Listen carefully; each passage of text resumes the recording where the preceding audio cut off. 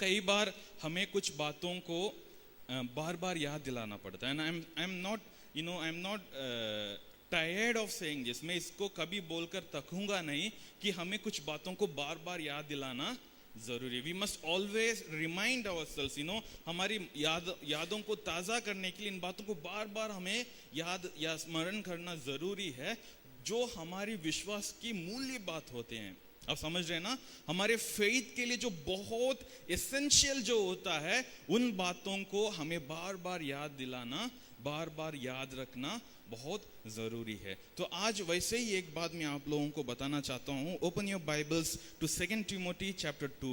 दूसरा तिमोथियुस की पत्री अध्याय 2 को हम खोलते हैं। यहाँ पर कुछ बातों को मैं आज आप लोगों के साथ बताना चाहता हूँ और हम आशा करते हैं कि परमेश्वर हम सबसे बात करेगा। हम सब जानते हैं, राइट, पौलुस ने इस पत्री को लिखा था। किनके लिए लिखा था? कोई बता सकते हैं? ये पत्री पौलुस के द्वारा किसके लिए लिखा गया है? किसके लिए? तिमोथी के लिए। जोर से बोलो, मतलब कोई गलत तो नहीं बोल रहे हैं। तिमोथी के लिए लिखा गया। और तिमोथी कौन था जी? आप बताना नहीं चाह रहे हैं क्या? इट्स लाइक पास्टर जी आप बोलो ना, हम सुनेंगे। बताइए, तिमोथी कौन था? वो एक पास्टर था और पौलुस के द्वारा उसको शिक्षा मिलती थी, राइट। वो मतलब पौलुस उसको मेंटरिंग करता था और एक जवान पास्टर था और बहुत बड़ी जिम्मेदारी के साथ वो अभी परमेश्वर की सेवा कर रहा है। तो उन्हें एनकरेज करने के लिए, उनको प्रभु के काम में और आगे बढ़ने के लिए, मदद करने के लिए पौलुस इन दोनों पत्रियों को लिखता है। अब यहाँ पर हम देखते हैं पौलुस की पत्रियों में पौलुस जो भी कलीसिया के लिए या जो भी व्यक्ति के लिए लिखता है, उसमें ज़्यादातर जगहों पर हम कुछ समस्याओं को देख सकते हैं जिसके विषय में भी पौलुस लिखता है, right. There are lot of problems in every church. हर एक कलीसिया में समस्याएं हैं, लेकिन पौलुस जब किसी कलीसिया के लिए लिखता है तो उस समस्या को एड्रेस करके and he tries to give a solution for that problem. Corinth की कलीसिया में देखो, वहां पर हम देखते हैं। गलातिया में देखो, वहां पर हम देखते हैं। थिस्सलुनीकिया में देखो, वहां पर हम देखते हैं। हर कलीसिया में हम देखते हैं कि कुछ ना कुछ प्रॉब्लम होती है, तो उसको बताते हुए उसको किस प्रकार ठीक करना है, उस बात के लिए पौलुस परमेश्वर की आत्मा की अगुवाई से इस पत्री को लिखता है। And here when we see is writing to a particular person. ये कलीसिया के लिए नहीं लिखता, मतलब बाकी सब कलीसिया में रीड होने के लिए। आपको मैं बताना चाहता हूँ, उन दिनों में आजकल की तरह यूट्यूब नहीं था, वीडियोस नहीं थे, SMS फैसिलिटी नहीं था, लोग सब लिखते ही थे। तो यदि एक कलीसिया के लिए, मतलब पूरे लोगों के लिए लिखना है, तो पौलुस क्या करते हैं या कोई भी लेकर क्या करता है, उस कलीसिया के नाम से एड्रेस करता है और सब कुछ लिख देता है।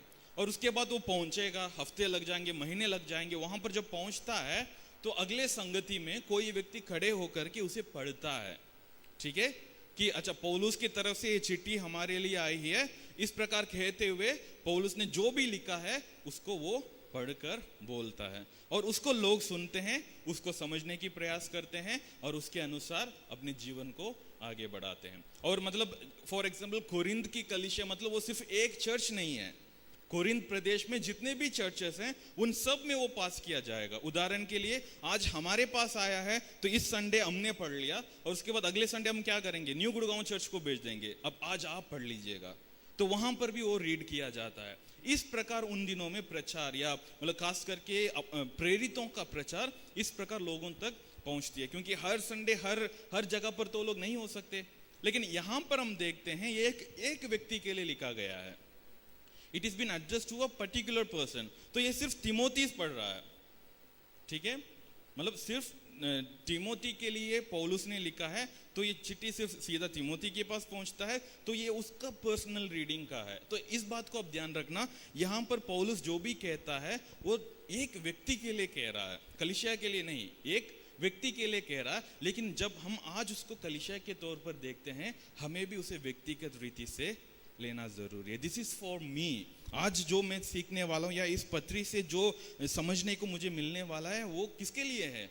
मेरे लिए है। That is for my edification. मेरी उन्नति के लिए है। इस प्रकार के एक सोच के साथ हमें इस वचन को देखना जरूरी है। आप लोग देखिएगा चैप्टर 2 सेकेंड थिमोथी चैप्टर 2 के वर्स 7 में क्या लिखा है? लिखा है, reflect on what I am saying, for the Lord will give you insight into all this. जो मैं कहता हूं उस पर ध्यान दे और प्रभु तुझे सब बातों की समझ देगा। मतलब पौलुस बहुत कुछ लिखते आ रहा है और बहुत कुछ बोलने भी वाला है, लेकिन यहां पर वो कहता है कि मैं जो भी कहता हूं उसे तुम ध्यान से सुनो, ध्यान से पढ़ो। और कौन तुम्हारी मदद करेगा? Who is going to help you to understand all this? कौन? परमेश्वर। लिखा है ना, for he will help you, for the Lord will give you understanding. परमेश्वर तुम्हारी मदद करेगा इन बातों को समझने के लिए। किन बातों को? बहुत बेसिक बातें बताता है उसके बाद, ठीक है? ऐसा नहीं कि कुछ बड़ी बात को बताने वाला है, बहुत ही साधारण बात जो हमारे विश्वास के लिए बहुत महत्वपूर्ण है उसको बताता है। पहली बात है, यीशु मसीह को समझो, अंडरस्टैंड जीसस क्राइस्ट। तिमोथी तो एक पास्टर है, एक पास्टर को जाके कह रहा है कि आप पहले यीशु मसीह को समझो। ना कुछ बड़ी बातों को बताओ, आत्मा की बातें बताओ, स्वर्ग की बातें बताओ, स्वर्ग दूतों की बात बताओ। लेकिन पौलुस यहां पर क्या कह रहा है कि तुम पहले यीशु मसीह को समझो। वर्स 8 को आप देखिएगा, बड़ा अच्छे से लिखा है, remember Jesus Christ, raised from the dead, descended from David, this is my gospel. Hindi में किस प्रकार लिखा है? यीशु मसीह को स्मरण रख जो दाऊद के वंश से हुआ है और मरे हुओं में से जी उठा, और यह मेरा सुसमाचार के अनुसार है। एक परमेश्वर के दास दूसरे परमेश्वर के दास को क्या कहता है कि यीशु मसीह को स्मरण करो, रिमेंबर जीसस क्राइस्ट। और आज मैं यहां खड़े होकर के आप सबको कहता हूं, रिमेंबर जीसस क्राइस्ट। और आई वुड इवन से understand who Jesus Christ is, know who Jesus Christ is. और बहुत सुंदर बात है कि डीबीएफ गुड़गांव की मोटो क्या है? To know Jesus and to make him known. You know, हमारी डीबीएफ गुड़गांव की लक्ष्य क्या है कि हम पहले यीशु मसीह को जाने और दूसरों को भी जानने में मदद करें। We have to know who our Jesus Christ is. और यहां पर पौलुस बहुत कम शब्दों में यीशु मसीह के वर्णन करता है। क्या कहता है यहां पर? Remember Jesus Christ who is raised from the dead. ठीक है, यीशु मसीह, उस यीशु मसीह को स्मरण करना जो मरे हुए में से जी उठा है। So powerful statement. And you know, this is what the beauty of Paul's writing. जहां कहीं पौलुस यीशु मसीह का मृत्यु के बारे में बात करता है, मैंने इसके पहले भी आपको बताया हूं, जहां कहीं पौलुस यीशु मसीह का मृत्यु के बारे में बात करता है, वहां पर यीशु मसीह का पुनरुत्थान को भी वो ऐड करता है। You know, it's very important for us to understand today that of course Jesus was dead. और वहां पर कहानी खत्म नहीं हुआ। You know, the story did not end there. When we see that Jesus was dead, हम जब देख रहे हैं कि यीशु मसीह का मृत्यु हो गया है, but something happened after that. उसके बाद कुछ और हुआ. What happened? He was raised from dead. Hallelujah. यीशु मसीह मृत्यु को हराकर, मौत को हराकर यीशु मसीह जीवित हुए. And that is what we believe. वही हम विश्वास करते हैं. और यहाँ पर पौलुस उस बात को एक पास्टर को स्मरण करने के लिए बोलता है. माय डियर चर्च, हमें इस बात को बार बार याद दिलाना जरूरी है. The God whom we worship, the Lord whom we serve is not an ordinary God. वो कोई साधारण परमेश्वर नहीं है जिन्होंने मृत्यु को हराया, जिन्होंने मौत को हरा करके दोबारा जीवित होकर के आए. Hallelujah. And that is what the strong faith we must have. When we say that I am a believer, I believe in Jesus Christ, what do we believe? We believe that Jesus was born in a miraculous way. He lived a sinless life. उन्होंने हर प्रकार की पापों से दूर रह करके पाप रहित एक जीवन जिए, और हम सब के पापों के कारण उन्होंने अपने आप को सूली पर चढ़ाया. You know, he sacrificed himself on the cross, and on the third day, और तीसरे दिन वो जीवित हुए। Hallelujah. And this is what we believe, और इसी पर हम विश्वास करते हैं। वही यहाँ पर पौलुस कहता है, remember Jesus Christ was raised from the dead, और आगे लिखा है descended from David, descended from David. Hindi में कैसे लिखा है? जो दाऊद के वंश से हुआ है। You know this is for purpose, जो पौलुस यहाँ पर दाऊद के नाम लेकर के आ रहा है, राइट? दाऊद के नाम को यहाँ पर लेकर आने की क्या जरूरत है? क्योंकि ये इतिहास को बताती है। ये उन सब बातों को लेकर के आता है जो पुराने नियम में यीशु मसीह के बारे में जो भविष्यवाणियां हुई है। You know, all the prophecies that were made in the Old Testament, where people were expecting for a Messiah, और यहाँ पर पौलुस कह रहा है कि जो यीशु मसीह जिस पर तुम विश्वास करते हो, जिस पर मैं विश्वास करता हूँ, वो उन वायदों का पूर्ति है। He is the fulfillment of all the promises that we see in the Old Testament. Dawood की वंश से हम देख सकते हैं परमेश्वर दाऊद को भी एक प्रॉमिस देता है, जिसमें वो कहता है कि तुम्हारे सिंहासन कभी अंत नहीं होगी। यानी परमेश्वर का सिंहासन, वो यीशु मसीह का सिंहासन है जो खत्म होगा नहीं, उसको कोई हरा नहीं सकता। And God gave that promise to David. और हम जानते हैं किस प्रकार दाऊद की परिवार से वो वंश आगे बढ़ बढ़कर और हम देखते हैं उनमें से परिवार से यीशु मसीह जन्मा है। And this is what our Jesus Christ is. यही हमारा यीशु मसीह है जो भविष्यवाणी का the fulfilment of promise, that is what Jesus Christ is.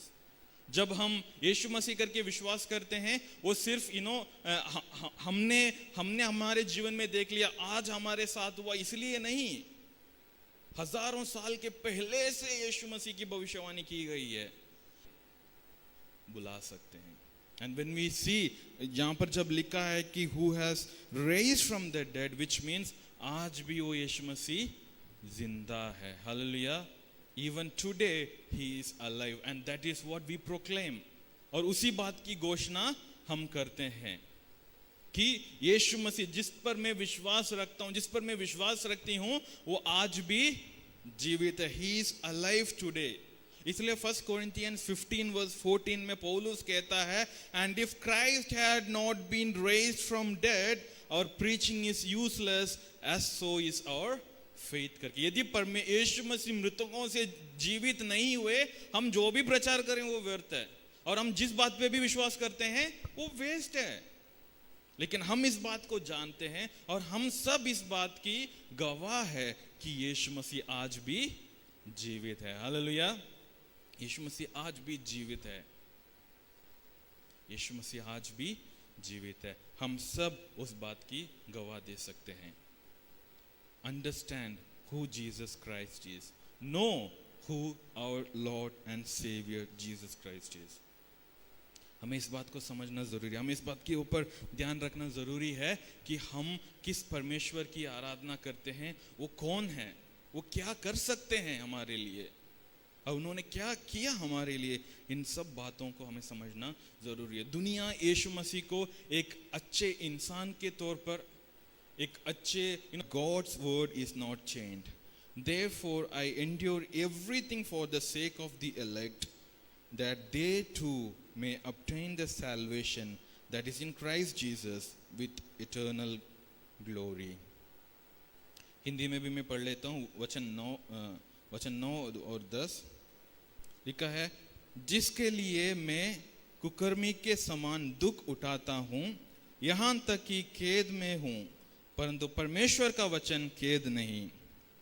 इस कारण मैं चुने हुए लोगों के लिए सब कुछ सहता हूं कि वे भी उस उद्धार को जो मसीह यीशु में है आनंद महिमा के साथ पाए। Hallelujah. Here comes our duty that we have to understand, जिसको हमें जानना जरूरी है। हमारा ड्यूटी क्या है? We are called to spread the good news. हम सब इस बात के लिए बुलाए गए हैं कि हम सुसमाचार को प्रचार करें। ईच वन ऑफ अस, यहाँ पर जितने भी लोग हैं, हम सब इस काम के लिए बुलाए गए हैं कि हम परमेश्वर की इस सुसमाचार को लोगों तक पहुंचाएं। यहाँ पर पौलुस कहां से लिखता है इस पत्री को? जेल से, प्रिजन से लिख रहा है। He's been chained in the prison, और लिखा है like a criminal he had been treated in the jail. उसको एक क्रिमिनल की तरह वहां पर ट्रीट किया जा रहा है, और वास्तविकता में उसके हाथ पैर में चेन्स बांधे हुए हैं। बट वो कहता है लेकिन परमेश्वर का वचन को किसी ने बांधा नहीं, परमेश्वर का वचन को कोई बांध नहीं सकता। बेशक आज मैं जेल में हूं, लेकिन जेल में रह करके भी मैं परमेश्वर की सेवा कर सकता हूं। आज प्रभु के दया से हम उतनी दुख तो नहीं उठा रहे हैं, आज हम अपने जीवन अच्छे से जी रहे हैं, हम अपने दिन प्रतिदिन का काम देखते हैं, हम मेहनत करते हैं, परिवार को देखते हैं, कमाते हैं, बच्चों को आगे बढ़ाते हैं, दूसरों को मदद करते हैं। तो इन सब के बीच में हमें सुसमाचार शेयर करना भी जरूरी है। We have to share the good news. यदि पौलुस जेल में होने के कारण उसने सुसमाचार को बंद किया करके कहीं पर भी नहीं लिखा है। they could not stop Paul from preaching the gospel by putting him in jail. और आज हम आजाद हैं, आज हम सब कुछ कर सकते हैं जो एक आजाद इंसान कर सकता है।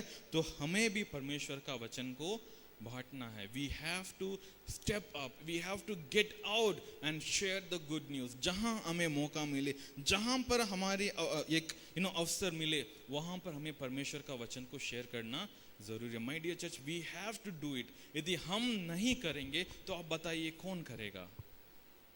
If we are not doing it, जो यीशु मसीह को जानते हैं, जो यीशु मसीह की अद्भुत कामों को हमने अपने जीवन में महसूस किया है, जिसको हमने अनुभव किया है, यदि हम नहीं शेयर करेंगे, if we do not understand our duties, तो कौन करेगा? कौन करेगा? पौलुस कह रहा है कि बेशक मैं बंधुआई में हूं, मेरे हाथ पैर बांधे हुए हैं, लेकिन परमेश्वर का वचन बांधा नहीं गया है। और हम जानते हैं जेल में रहते हुए भी उन्होंने कितना सेवकाई की है। और ये जेल में रहते हुए एक इंसान को, तीमुथी को एनकरेज कर रहा है कि तुम प्रभु में आगे बढ़ो। ओनेसिमुस को उन्होंने तैयार किया, और जब ओनेसिमुस का बेल मिला, ओनेसिमुस को आगे भेजा कि तुम आगे बढ़कर सेवा करो। कलीसियाओं को लिखता है, और इस पत्री को लिखकर कुछ ही महीनों में या कुछ साल में पौलुस को मार दिया जाता है।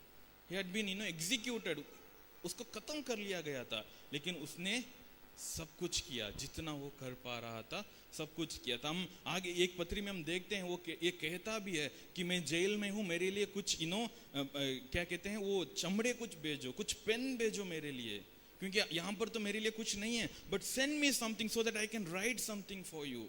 परमेश्वर जो मुझे बताता है उसको मैं लिख कर मैं आपको एनकरेज कर सकूं। He was never hesitant to do God's work. दुख में है, पीड़ा में है, कोई फ्रीडम नहीं है। और उन दिनों में इस प्रकार जो इसको देशद्रोही माना जाता है या धर्म की विरोध काम करने वाले माने जाते हैं, उन लोगों को तो बहुत सख्त तरीके से उनको जेल में रखा जाता है, छोटे छोटे कमरों में, जहां पर वो लोग इधर उधर कर भी नहीं सकते, उनके पास कोई आजादी नहीं होता, इतना अच्छा सनलाइट नहीं मिलता उनको। उस छोटे छोटे कमरों के अंदर रह करके उन्होंने परमेश्वर का सेवा करता रहा।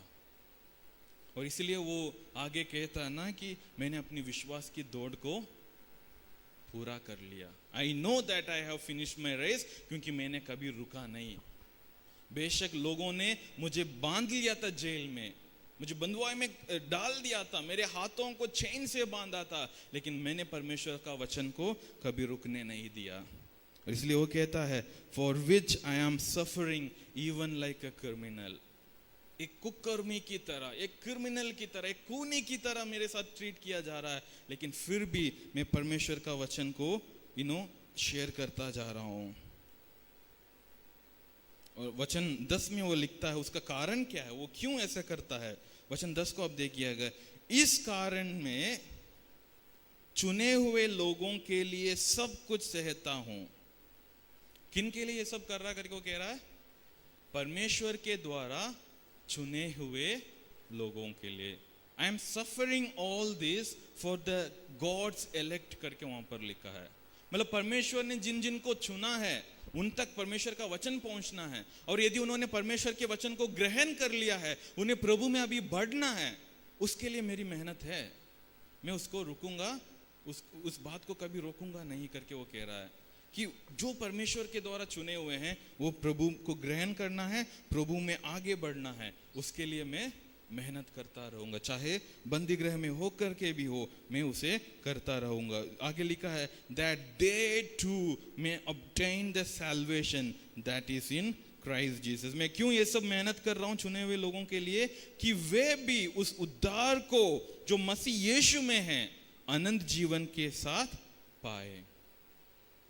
जब मैं कहता हूं कि हमें इसको समझना है, तो मेरा कहने का मतलब क्या है कि हम आज एक जिम्मेदारी के साथ बैठे हैं। We are holding a responsibility in our hands, that is to share the gospel, that is to step out, to stand out and to proclaim that Jesus is God। क्यों? क्योंकि परमेश्वर के द्वारा चुने हुए लोग आज भी हमारे आसपास में हैं। परमेश्वर के द्वारा नियुक्त किए गए लोग आज भी हमारे आसपास में हैं, जिन तक हमें पहुंचना है, जिनको हमें प्रभु के पास लेकर के आना है, जिनको हमें परमेश्वर के प्रेम के अधीनता में लाना है। यदि हम आगे नहीं बढ़ेंगे, यदि हम उस सेवा को नहीं करेंगे तो नहीं होगा। परमेश्वर किसी और को खड़ा करेगा बेशक, लेकिन हमारी जो जिम्मेदारी है उसको हम खो बैठते हैं। पौलुस जेल में रहते हुए अपनी गवाही को देते हुए बता रहा है कि मैंने इन सब दुखों को इसलिए उठा रहा हूं ताकि परमेश्वर के द्वारा चुने हुए लोग प्रभु के वचन को ग्रहण करें और वो उद्धार प्राप्त करें। Salvation is important my dear church. उद्धार बहुत जरूरी है। दुनिया आज उद्धार प्राप्त करने के लिए क्या क्या क्या कर रहा है। They are trying every possible thing to get salvation, to obtain salvation, but we know the way to salvation is Jesus Christ alone, by his atonement। प्रभु यीशु मसीह के उस पवित्र लहू के द्वारा ही हम उद्धार प्राप्त कर सकते हैं। इसलिए हमें आज आगे बढ़ना है, आज हमें खड़े होना है और हमें उस उद्धार की सुसमाचार को लोगों तक पहुंचाना है। यदि पौलुस जेल में रहते हुए भी उस सेवा को कर सकता है तो हमें भी आगे बढ़ना। और बेशक यहाँ पर ये भी मैं आपको याद दिलाना चाहता हूँ, सुसमाचार शेयर करना इतना आसान नहीं है। ऐसे नहीं कि यदि हम यीशु मसीह के बारे में बताने के लिए आए तो लोग आपकी स्वागत करेंगे, ऐसे नहीं। जब हम बाइबल कॉलेज के लास्ट ईयर में थे तो क्रिसमस के टाइम पर हमें एक पासवान ने बुलाया था हमारी कॉलेज के कुछ स्टूडेंट्स को कि क्रिसमस आउटरीच पर हम चलेंगे करके। ये ग्रेटर नोएडा की बात है। क्रिसमस आउटरीच पर हम कई दिन घूम रहे थे, तो पास्टर हमेशा हमें कहता है, हम बहुत सारे ट्रैक्स लेके चलते हैं, बाइबल न्यू टेस्टामेंट लेकर चलते हैं और माइक जो ड्रम्स हो गए वो सब लेकर चलते हैं। तो पास्टर हमेशा ये कहता है, याद रखना यदि कोई भी पीटने के लिए आ जाएगा तो मुझे छोड़कर सब सामान को लेकर के तुम पास भाग जाना, मेरा ध्यान मत देना। मैं सामना करूंगा उन लोगों को, उस टाइम को लेकर के तुम लोग निकल जाना। कोई सामान बाइबल या कोई ट्रैक्स वेस्ट नहीं होना चाहिए। और इस प्रकार हम करने के लिए गए थे और हम भी बहुत जवान लोग थे, छोटे बच्चे थे और मिनिस्ट्री का एक्सपीरियंस भी नहीं था। हम डर डर के जाते थे और बेशक एक दिन वहां पर विरोध भी आ गया था। हम एक घर के टेरेस पर लोगों को बुला करके सुसमाचार शेयर करना शुरू किया था और बगल से लड़के लोग आके चिल्लाने लगे, ये कौन है, धर्म परिवर्तन करने के लिए आया, इस प्रकार हल्ला करने लगे। लेकिन प्रभु की धन्यवाद हो, वहां पर जो महिलाएं थी, यानी जो प्रभु को ग्रहण किया नहीं, उन महिलाओं ने हमारे खातिर उनसे लड़ाई की। बोले तुम चुप हो जाओ, हम सुनने के लिए आए हैं, तुम कौन होते हो करके। लोग तैयार हैं सुसमाचार सुनने के लिए, लेकिन क्या हम तैयार हैं जाने के लिए?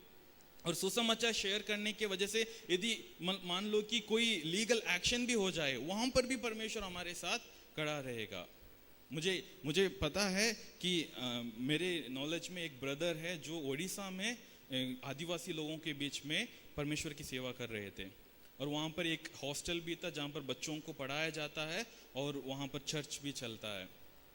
और वहाँ के लोकल लोगों ने और कुछ दूसरे लोगों ने मिलकर योजना बना करके इस पास्टर को पुलिस के हवालत कर दिया और पुलिस ने उन्हें जेल में डाल दिया। काफ़ी दिन जेल में रहे। किस कारण के लिए? कि इन्होंने परमेश्वर का वचन लोगों से शेयर किया करके, और वो व्यक्ति तमिलनाडु का व्यक्ति है, वो वहाँ से उड़ीसा में आकर के इनकी भाषा सीखकर इनके बीच में रहकर सेवकाई कर रहा था, और उसको उठा के जेल में डाल दिया। एक हफ्ते के बाद उन्हें किसी ने मिलने के लिए जेल में गया था, तो उन्होंने कहा अगले बार आओगे ना तो बहुत सारे नया नियम लेकर आना करके। कहाँ बैठा है वो?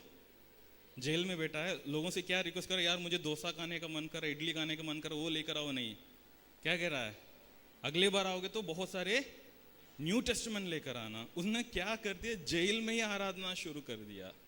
जेल में जितने लोग हैं उनको सुसमाचार सुनाना शुरू किया, उनको वचन बांटना शुरू कर दिया। क्या है इसका मतलब? सुसमाचार कभी रुक नहीं सकती। परमेश्वर का वचन को जितना भी कोशिश कर लें लोग, जितना भी प्रयास कर ले, उसको कभी कोई रोक नहीं सकता। मैं ऐसे भी मिनिस्ट्री को जानता हूं जो बाइबल के पन्नों को फाड़ फाड़ कर बोतलों में भरकर उसे समुद्र में फेंकते हैं। वो तैर तैर के कोई किनारा पहुंचता है, वहां पर कोई उसको उठाकर पढ़ता है। वैसे लोग प्रभु को जान रहे हैं। प्रभु के काम को कोई रोक नहीं सकता। And that is what we have to understand today. यदि हमें उसमें भाग लेना है तो हमें खड़े होना है, because God's elect people are around us, जिन तक हमें वचन लेकर के पहुंचना है। और तीसरी और आखिरी बात, अंडरस्टैंड आवर फ्यूचर। हमारे भविष्य को भी हमें जानना जरूरी है। वचन 11 और 12, verse 11 and 12. Here is a trustworthy saying, if we died with him, we will also live with him. If we endure, we will also reign with him. If we disown him, he will also disown us. ये सच बात है कि यदि हम उसके साथ मर गए तो उसके साथ जिएंगे भी। यदि हम धीरज से रहते हैं तो उसके साथ राज भी करेंगे। यदि हम उसका इनकार कर देंगे तो वह भी हमारा इनकार करेगा। मतलब ये हमारा फ्यूचर है। And you know actually this Paul इसको एक गीत की तरह लिखता है। पॉल बेशक इसको ग्रीक लैंग्वेज में लिख रहा है, तो यहाँ पर जो dying, living, enduring, reigning, owning, disowning, ये जो शब्द हैं ये ग्रीक भाषा में लगभग एक ही सिमिलर वॉइस में आता है। ओके, तो ये गीत की तरह वो यहाँ पर लिखता है। मतलब लोग इसको मानते हैं कि उन दिनों में लोग इस प्रकार एक गीत गाते हैं कि यदि हम प्रभु के साथ मरेंगे तो प्रभु के साथ जिएंगे भी। यदि हम प्रभु के लिए सब कुछ सहेंगे तो हम प्रभु के साथ राज भी करेंगे। यदि हम प्रभु को त्याग देंगे तो प्रभु हमें भी त्याग देगा। इतना साधारण है हमारा भविष्य। क्या है? If you believe that you are died with Christ, you will also be risen with Christ. ये पाप की बात भी है। मतलब हम पाप में, मतलब हम अपने पाप को मार कर अब हम प्रभु में जीवित हैं। और जो फिजिकल बात भी है कि यदि हम एक मसीही जीवन जी करके प्रभु में सोएंगे तो प्रभु हमें दोबारा जीवित करेगा। वो 1 कोरिंथियंस चैप्टर 15 में हम इसके बारे में अच्छे से समझ सकते हैं। पुनरुत्थान की बात यहाँ पर की जा रही है। और हम इन सब दुखों को सह लेंगे। यानी हमारे विरोध जो भी विरोध आता है, यदि उसको हम सह करके उसके बीच में भी यदि हम प्रभु के लिए खड़े रहेंगे तो आगे लिखा है हम प्रभु के साथ राज्य भी करेंगे। जो सहेगा वही राज्य भी करेगा। Hallelujah. If you endure you will also rule. लेकिन आगे एक वार्निंग भी दिया गया है, यदि हम प्रभु को इनकार करेंगे, he will also disown us. If we disown him, he will also disown us. And this is what our future is. Very simple. विश्वास योग्य बने रहो, प्रभु में मरो तो प्रभु आपको जीवित करेगा। सब दुखों को सहते रहो, प्रभु में आगे बढ़ते रहो, प्रभु तुम्हें राज्य करने का मौका देगा। यदि तुम प्रभु को छोड़ दोगे, प्रभु तुम्हें भी छोड़ देगा। As simple as that. This is what our future is. My dear church, इसको हमें समझना जरूरी है कि ये महत्वपूर्णता क्या है इसमें। मतलब यीशु मसीह के साथ राज्य करने वाले हैं तो उसका महत्वपूर्णता क्या है, वो कितना महत्व रखता है हमारे लिए, उसे हमें समझना जरूरी है। क्या हम उसके लिए तैयार हैं आज? What does that mean to reign with Jesus? यीशु मसीह जब इस दुनिया में सेवा कर रहे थे तो वो 2 चेलों की माता यीशु मसीह के पास आकर के सिफारिश करने लगी कि यीशु मसीह आप ऐसे करना, जब आप राजा बन जाओगे मेरा एक बेटे को राइट साइड में रख देना और दूसरे बेटे को लेफ्ट साइड में। उन्होंने एक एक्चुअल किंग की तरह यीशु मसीह को देख रहे थे कि ये अभी यरूशलेम को आक्रमण करेगा और यरूशलेम का राजा बनेगा, उसमें मेरे दोनों बेटों को इनको साथ में रखना है करके। और यीशु मसीह कहता, महिला तुम नहीं जानती तुम क्या पूछ रहे हो, because God's kingdom is something different. यीशु मसीह का राज्य कुछ अलग है। वहां पर ऊपर जाने के लिए पहले एक व्यक्ति को नम्र होना पड़ता है। आजकल पॉलिटिकल सिनेरियो में आप देखोगे, और खास करके अभी अगले महीने हमारे राज्य में इलेक्शन आने वाले, तो हम देख सकते हैं छोटे छोटे नेता उभर कर आएंगे, उठ कर आएंगे। वो अपने आप को बड़ा चढ़ा करके दिखाना चाहते हैं। हर ऑटो के पीछे उनके फोटो होंगे, हर होर्डिंग्स में उनके फोटो होंगे। और पिछले दिनों में एक सिस्टर ने हमें आकर के बताया था कि एक नेता के तरफ से कुछ लोग आकर के कह रहे थे उनको कि अच्छा कल रक्षाबंधन का दिन है, आप आकर के हमारे भैया को राखी बांधना तो वो आपको 500 रुपया देंगे। मतलब पैसे दे दे करके अपना नाम बढ़ाने की बात हो रही है, क्योंकि यहाँ के राज्य में वैसे ही काम चलता है कि तुम जितना अपने आप को ऊपर उठाओगे उतना तुम महान बनने की काबिलियत रखोगे। लेकिन परमेश्वर के राज्य में ऐसा नहीं। जब यहाँ पर लिखा है कि यदि हम सहेंगे, मतलब यदि तुम दुख उठाओगे, तुम परमेश्वर के वचन के कारण यदि दुख सहोगे, लोग जब तुम्हारी निंदा करेंगे, उन सबको जब तुम सहोगे, तब जाके तुम महान बनोगे।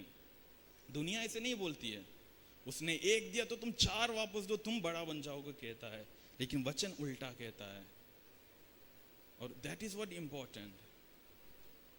यीशु के साथ राज्य करने का मतलब क्या है? हमें नम्रता होना चाहिए, हमारे अंदर हम्बलनेस होना जरूरी है। We have to be humble in order to be raised by him. अब हमारे पास एक अनंत जीवन है, जो उसके पहले जो लिखा है ना कि यदि हम यीशु में मरे हैं तो हम यीशु में जीवित भी किए जाएंगे। उस पर हमें विश्वास करना है और उसके अधीन अनुसार हम हमारे जीवन को आगे बढ़ाना है। और वर्स 13 को आप देखिएगा, If we are faithless, he remains faithful, for he cannot disown himself. परमेश्वर कभी नहीं बदलता, परमेश्वर कभी नहीं बदलता। यहाँ पर वो वही कह रहा है कि वो एक पासवान को याद दिला रहा है, हम शायद गिर सकते हैं, हम शायद विश्वासघाती हो सकते हैं, लेकिन परमेश्वर कभी नहीं होगा। उन्होंने जो वायदा किया है वो पूरा होगा ही। यानी तुम उस पर मरोगे तो उनके साथ जीवित रहोगे, तुम उनके लिए दुख सहोगे, so you will reign with him. उसमें कोई बदलावट नहीं है। हम बदल सकते हैं लेकिन परमेश्वर नहीं बदलता। God will never change. So my dear church, आज हमारे बात ये वचन आया है और आज हमें इस बात को ध्यान देना जरूरी है कि हम यीशु मसीह को किस प्रकार देख रहे हैं। These are the basic things, just very simple things that we have to remind ourselves. हमें हमेशा याद रखना है कि हम यीशु मसीह को स्मरण करते जा रहे हैं। We always try to understand Jesus Christ. You always have to, put efforts to know Jesus Christ even better.